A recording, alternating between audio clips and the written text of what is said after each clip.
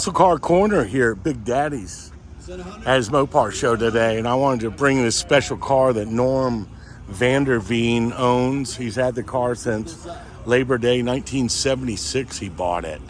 So I wanted to talk to you about the car and tell me the story on this thing. Speak up a little bit too. In 1976, I really wanted an A12 car, which is the 446 pack car, but Of course. are limited. You know, they were limited. These are limited too. Of course.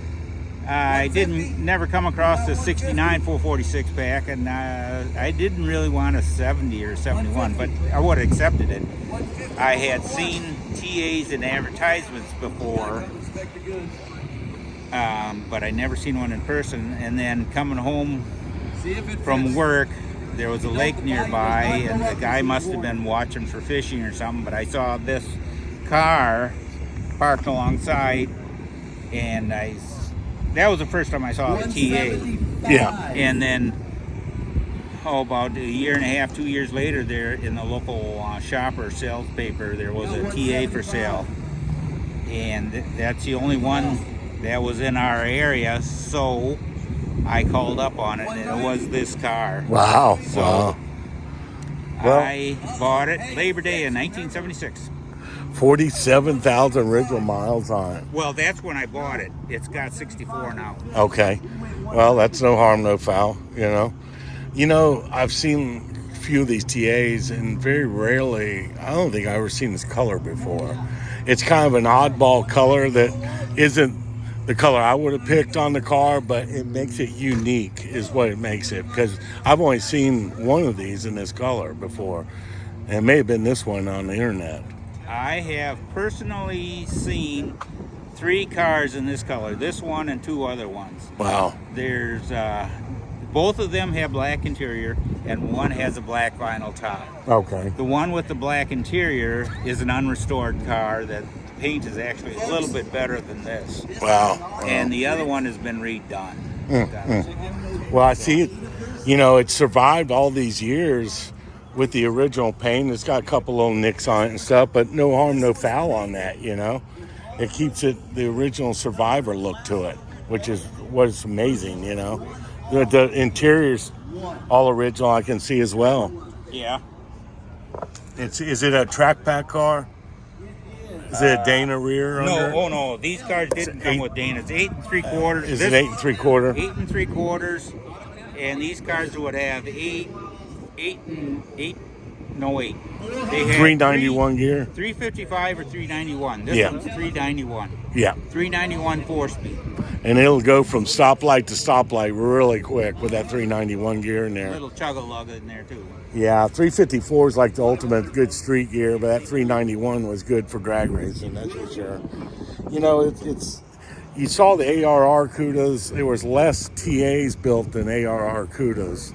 But the ARR Cuda was neat. The stripe design, Gurney was involved with it back in the day. Kind of neat stuff.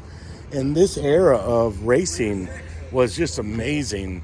And how many did they have to build? Was it like the Charger 500 where they had to make 500 of them to... These here for the Trans Am, I think they were supposed to, whether they actually did, they're supposed to make 2,500. Okay. But I don't think they made the quota. Oh, okay. Gotcha.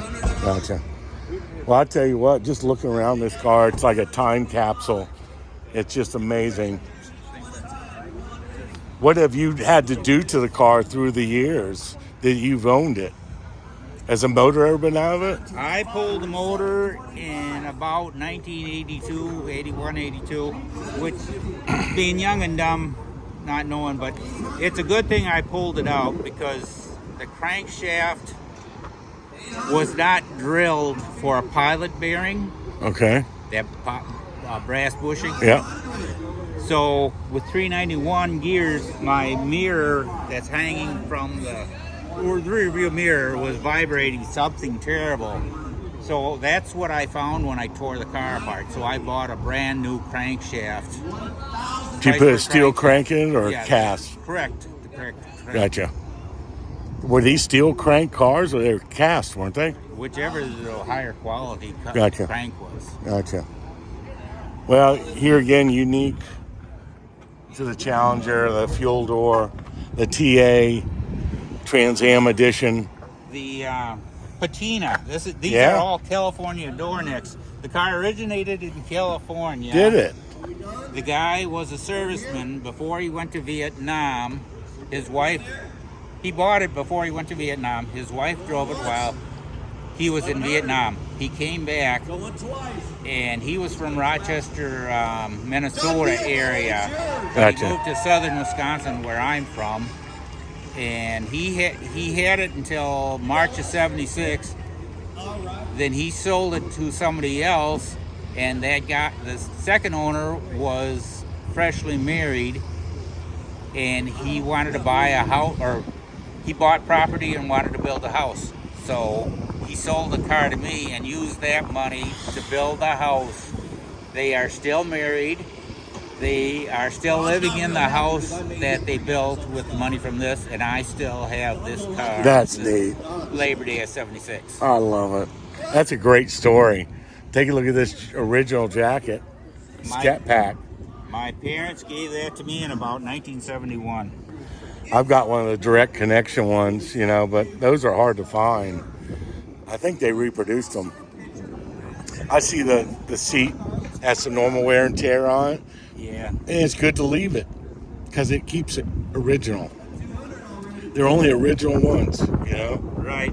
I'm really tore up. I got a legendary Seat covers. for them, but I'm tore up whether I should replace the seat cover. I'm going to definitely keep the original, but I'm really tore up whether I should replace it or not with legendary seat covers. I wouldn't, because the car's not original. Then you've got everything so original in this car that replacing those covers is going to stand out, and you're going to notice it.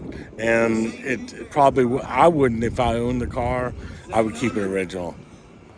As you can tell, I just put the I got some Just taped it up. 3M tape on there. I just put that on there 2 weeks ago or so. I really hate ratty seats. I know. And It's not going to harm the value of the vehicle. I'd keep the original covers if you ever do sell it, and then they could put them back on if they wanted to. Right. You could probably put a center insert on that seat, possibly, and keep the rest originality, but it's got a little damage on the back of it too. So, oh yeah, that one. That's a really tough call to make. But being the car is so original, I would refrain from doing that myself if I owned the car, because I would want to keep it original, and actually devalues it by putting seat covers on it. So that's your call. You plan on keeping it? Do you have anybody you're handing this down to? Grandsons or anything? No grandsons, but I have 2 boys. The one is a mechanical engineer, and the other one, they already know the older one is supposed to be getting the house, and the younger one is supposed to get the car. Oh, that's cool. They already know it. You want to keep this going with the family if you got it, and have them showing this car and then hand it down to their kids eventually. That is so cool.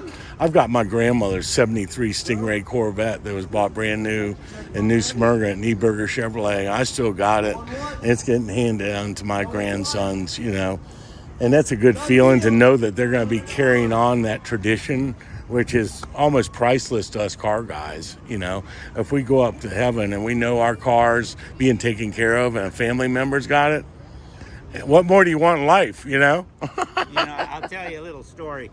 My the younger son was a little more mechanical.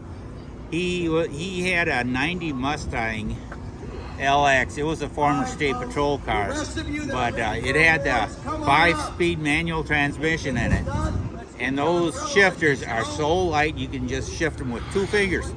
And then I let him drive this car, and he had to grab it with his hand, and he had to use muscle power to change gears. And it just floored him at how much effort it took to change gears in this car.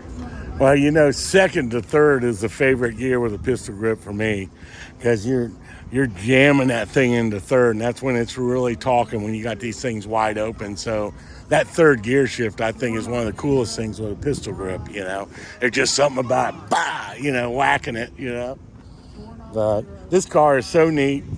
Is it a Mr. Norm car? No, that's my Oh, name. okay. Oh, yeah, And yeah, I gotcha. got that.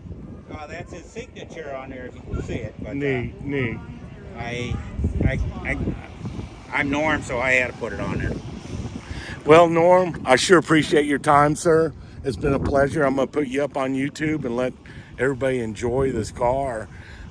People need to see these, you know. These original cars are one time only. I was just speaking to a gentleman with a Hemi Roadrunner over there, GTX rather. That thing's got 13,000 original miles on it. Izzy's car. Oh my gosh. I'm going to go do a video on that next, so if you allow me. Well, enjoy your rest of your day, sir. And hey, oh, that's right.